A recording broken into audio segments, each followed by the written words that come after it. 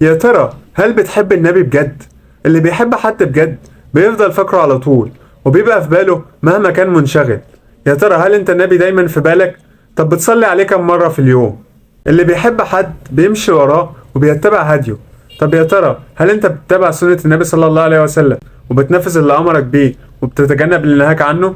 يكفيك ان الرسول صلى الله عليه وسلم بكى يوما فقال الصحابة رضوان الله عليهم: ما يبكيك يا رسول الله؟ قال: اشتقت لأحبابي. قالوا: أولسنا أحبابك يا رسول الله؟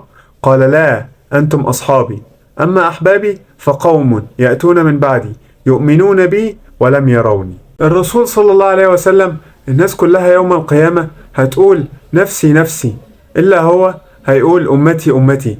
بالله عليك ما يستحقش إنك تصلي عليه؟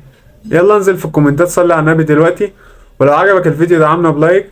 والسلام عليكم ورحمة الله وبركاته.